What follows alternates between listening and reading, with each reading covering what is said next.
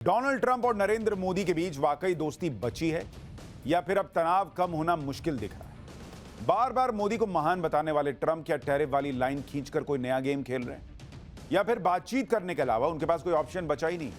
क्योंकि ऑपरेशन सिंदूर के बाद से ट्रंप ने प्रधानमंत्री मोदी को कई बार फोन घुमाया, हर बार नया दावा किया।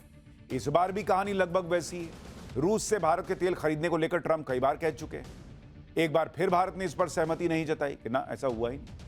अब मजबूरन अमेरिकी राष्ट्रपति को ट्रेड वाले ट्रैक पर लौटना पड़ा है। हालांकि इस बार धमकी नहीं बल्कि रवैया पहले के मुकाबले थोड़ा नरम है। मगर सवाल है कि क्या ट्रंप भारत पर लगाए गए 50% टैरिफ को 10 या 15% पर लाकर मोदी का वो भरोसा हासिल कर पाएंगे जो दो देशों की इन ताकतवर हस्तियों के बीच पुराने रिश्ते बहाल कर सके? क्या पक्के तौर पर दोस्ती का ऐसा चैप्टर लिखा जा सकता है जो ये टेंशन ही दूर कर दे कि इस बार पहले जैसा नहीं होगा? देखिए, ट्रंप के मिजाज और तेवर को देखकर डाउट तो है।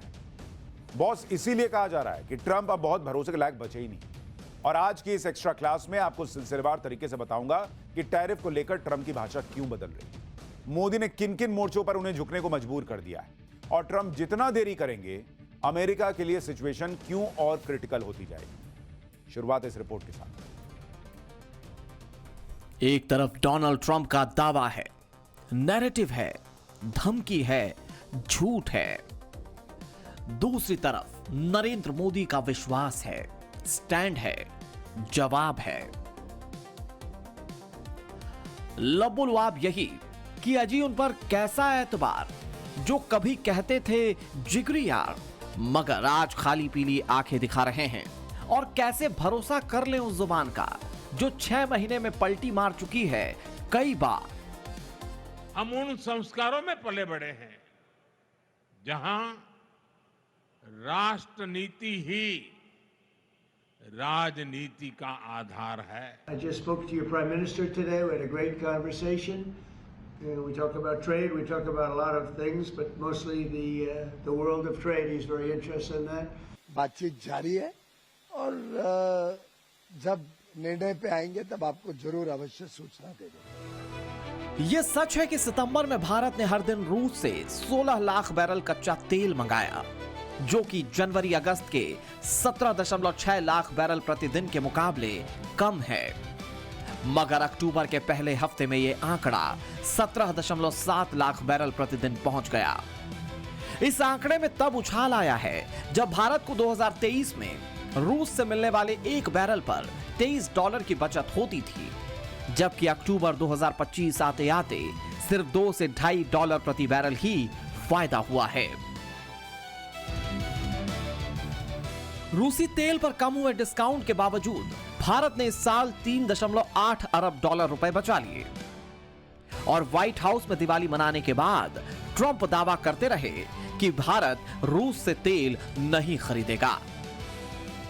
We just have a very good relationship, and he's not going to buy much oil from Russia. He wants to see that war end as much as I do. He wants to see the war end with Russia, Ukraine, and as you know, they're not going to be buying too much oil. Trump के इस बयान को महज इसलिए नहीं देखा जाना चाहिए कि भारत रूस से 34% कच्चा तेल आयात करता है, जबकि अमेरिका से 10%, बल्कि अहम है इसके पीछे की टाइमिंग। क्योंकि ऑपरेशन सिंदूर के बाद पहली बार मोदी और ट्रंप की मुलाकात के कयास थे। मगर 26 से 28 अक्टूबर के बीच होने वाले आसियान शिखर सम्मेलन में मोदी कुआलालंपुर नहीं जाएंगे। प्रधानमंत्री नरेंद्र मोदी वर्चुअली ही इस प्रोग्राम में जुड़ेंगे। भारत ने मलेशिया को जानकारी दी है कि विदेश मंत्री एस जयशंकर आसियान बैठक में भारत का प्रतिनिधित्व करेंगे।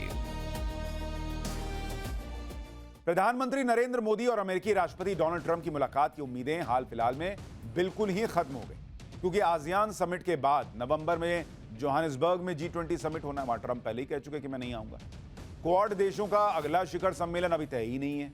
हालांकि ट्रंप किसी भी हाल में टैरिफ वाली कंट्रोवर्सी खत्म करना चाहते हैं। जिस तरह उन्होंने भारत पर 50% टैरिफ लगाया था, उसी तरह की जल्दबाजी इसे दूर करने के लिए भी दिखा रहे हैं। हालांकि मोदी ट्रंप को अपने ही स्टाइल में जवाब दे रहे हैं। राष्ट्रहित के मुद्दे पर ट्रंप की एक नहीं सुन रहे। फोन कॉल पर मोदी ट्रंप को वैसा भाव ही नहीं दे रहे जो अटेंशन अमेरिकी राष्ट्रपति चाहते हैं।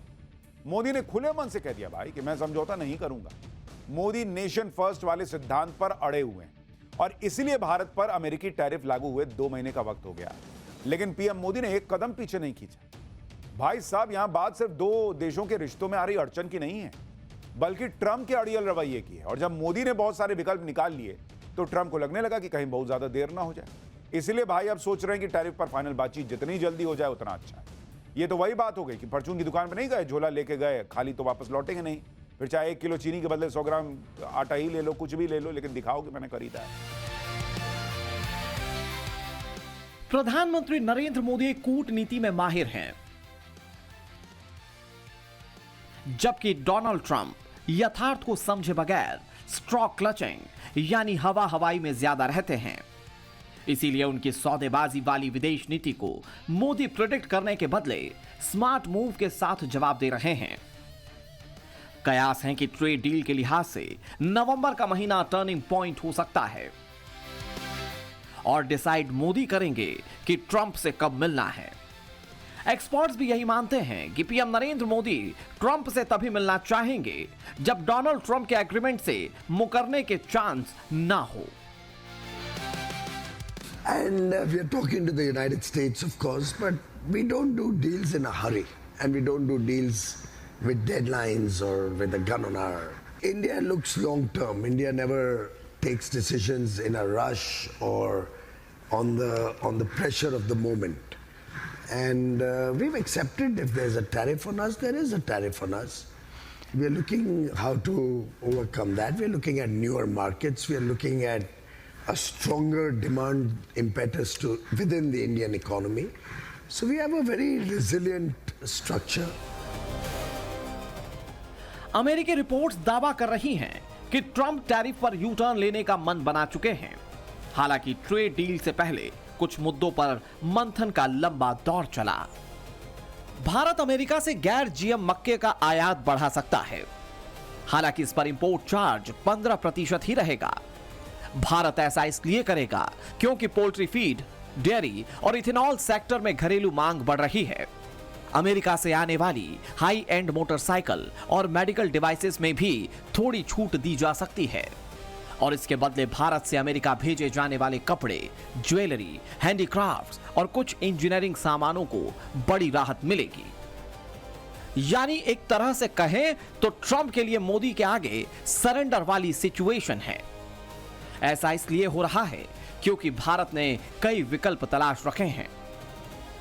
जैसे ब्रिटेन के साथ ट्रेड डील लगभग तय है, यूरोप में कई देशों के साथ ट्रेड डील हो गई है, यूएई के साथ 3 बड़े समझौतों पर हस्ताक्षर हो चुके हैं और ऑस्ट्रेलिया के साथ झींगा के व्यापार के दरवाजे खुल गए हैं। ट्रंप के टैरिफ से भारत का झींगा एक्सपोर्ट ज्यादा प्रभावित हुआ था। भारत से बड़ी मात्रा में झींगा अमेरिका जाता था, लेकिन टैरिफ के बाद यह कम हो गया। पीएम मोदी ने इसका जवाब भी खोज लिया है और अब भारत का झींगा ऑस्ट्रेलिया जाएगा। ऑस्ट्रेलिया ने भारत से झींगा मंगाने पर लगी रोक को हटा लिया है। ऑस्ट्रेलिया ने 8 साल पहले भारत से झींगा आयात पर रोक लगाई थी। ऑस्ट्रेलिया ने आंध्र प्रदेश से झींगा के पहले आयात को मंजूरी दी है। भारत में सबसे ज्यादा झींगा निर्यात आंध्र प्रदेश से होता है। भारत के कुल झींगा निर्यात का 80% आंध्र प्रदेश से जाता है। पहले भारत का 70% झींगा अमेरिका को निर्यात होता था। ट्रंप के टैरिफ की वजह से झींगा उत्पादक परेशान हो गए थे। अब ऑस्ट्रेलिया के फैसले से झींगा एक्सपोर्ट फिर से बढ़ेगा। यानी ट्रंप झींगा को रोक रहे थे, नरेंद्र मोदी ने वो फैसला किया कि झींगा बेचने वालों के लिए लाइव झींगा लाला हो गई। हमने आपको पाठशाला में झींगा एक्सपोर्ट के बारे में पहले बताया था कि टैरिफ की वजह से भारत का झींगा एक्सपोर्ट प्रभावित होगा और पीएम मोदी सॉल्यूशन खोज रहे हैं और आज देखिए वही बात साबित हुई। प्रधानमंत्री नरेंद्र मोदी का जोर ट्रंप के साथ रिश्तों को बनाए रखने पर भी है, मगर ट्रंप जिस तरह से डील करना चाहते हैं मोदी को वो बिल्कुल पसंद नहीं और इसीलिए ट्रंप नींद से जागते हैं, मगर देरी के साथ। H-1B वीजा को लेकर यही हुआ जब डोनाल्ड ट्रंप ने 1 महीने बाद यू टर्न ले लिया। हालांकि रूसी तेल को लेकर अमेरिका ने ऐसा डिसीजन लिया है जो बताता है कि ट्रंप मतलब की यारी के लिए मोदी से हाथ मिलाने की तमन्ना रखते हैं। अमेरिका ने रूस की 2 कंपनियों पर बैन लगा दिया है। जिन कंपनियों पर बैन लगाया गया वो तेल के कारोबार से जुड़ी हैं और इनसे भारत अपनी जरूरतों के हिसाब से तेल खरीदता है। एक तरफ ट्रेड डील और दूसरी तरफ बैन वाला दांव। ट्रंप की सीरियसनेस पर प्रश्नवाचक चिन्ह लगाता है। इसीलिए भारत कह रहा है कि टैरिफ को लेकर बातचीत जारी है, इंतजार कीजिए, सॉल्यूशन नहीं होने तक कुछ भी क्लियर नहीं माना जाएगा। सौहार्दपूर्ण वातावरण में बातचीत चल रही है और मैंने पहले कई बार कहा है कि कभी कोई डेडलाइन के आधार पर फ्री ट्रेड एग्रीमेंट या ट्रेड नेगोशिएशंस नहीं होती है। भारत के किसानों का, भारत के मछुआरों का, भारत के एमएसएमई सेक्टर का जब तक देश हितों को पूरी तरीके से हम संभाले नहीं, तब तक कोई एग्रीमेंट किया नहीं जाता।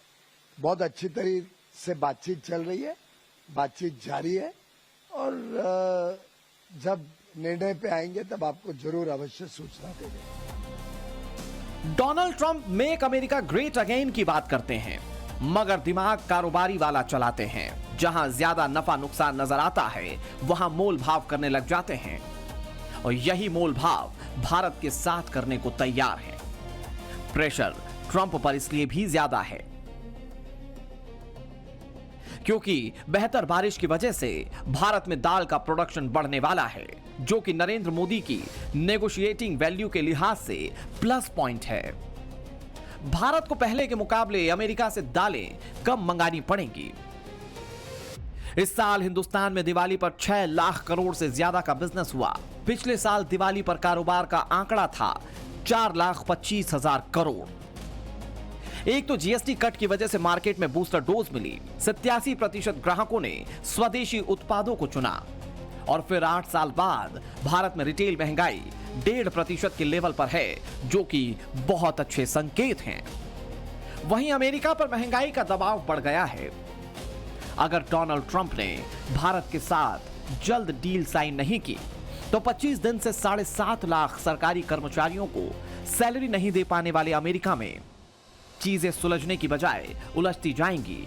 मोदी को घेरने चले ट्रंप के खिलाफ ही अमेरिकी सड़कों पर उतर आए हैं।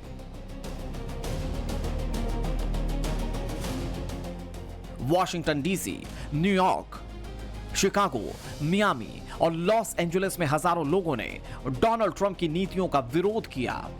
सड़कें और सबवे पर जुटी भीड़ हाथों में तख्तियां लेकर निकली कि डेमोक्रेसी नॉट मोनार्की, यानी कि लोकतंत्र राजतंत्र नहीं है।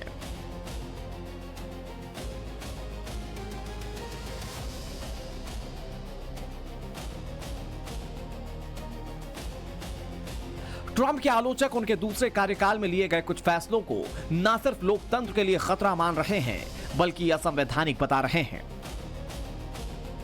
हालिया सर्वे में 40% अमेरिकियों ने उनके कामकाज से संतुष्टि जताई, जबकि 58% को लगता है कि डोनाल्ड ट्रंप के कार्यकाल में लोकतांत्रिक संस्थाओं पर हमला किया गया है। जबकि नरेंद्र मोदी के ग्राफ और विश्वसनीयता पर मुहर का अंदाजा अमेरिका की निजी इक्विटी फर्म ब्लैकस्टोन के सीओओ जोनाथन ग्रे के बयान से लगा सकते हैं।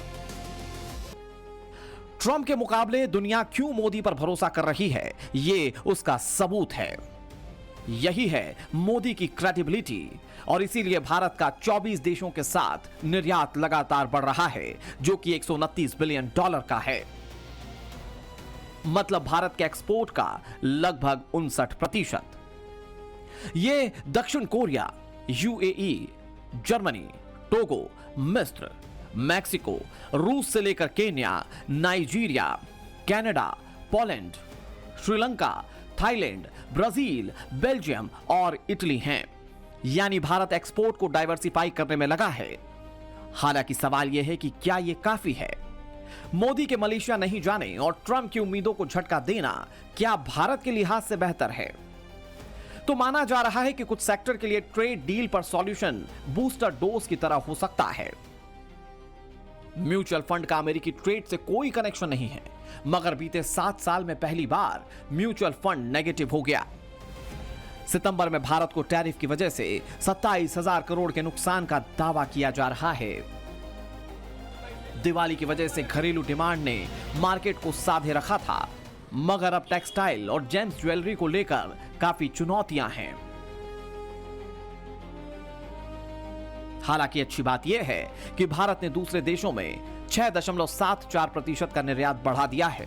और जिस तरह भारत ने डी-डॉलराइजेशन ड्राइव में अहम भूमिका निभाते हुए स्ट्रेटेजिक पावर बैलेंसर के तौर पर काम करना शुरू किया है, उसने ट्रंप के फियर फैक्टर को बढ़ा दिया है।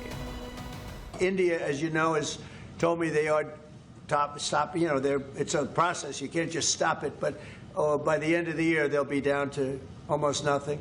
That's a big thing. There was almost 40% of the oil. India, they've been great. Spoke to Prime Minister Modi yesterday. They've been absolutely great. China's a little bit different. You know, they're a little bit different relationship they have with Russia. It was never good, but because of Biden and Obama, they got forced together. They should never have been forced together, but they're a little bit forced. But they're by nature, they can't be friendly.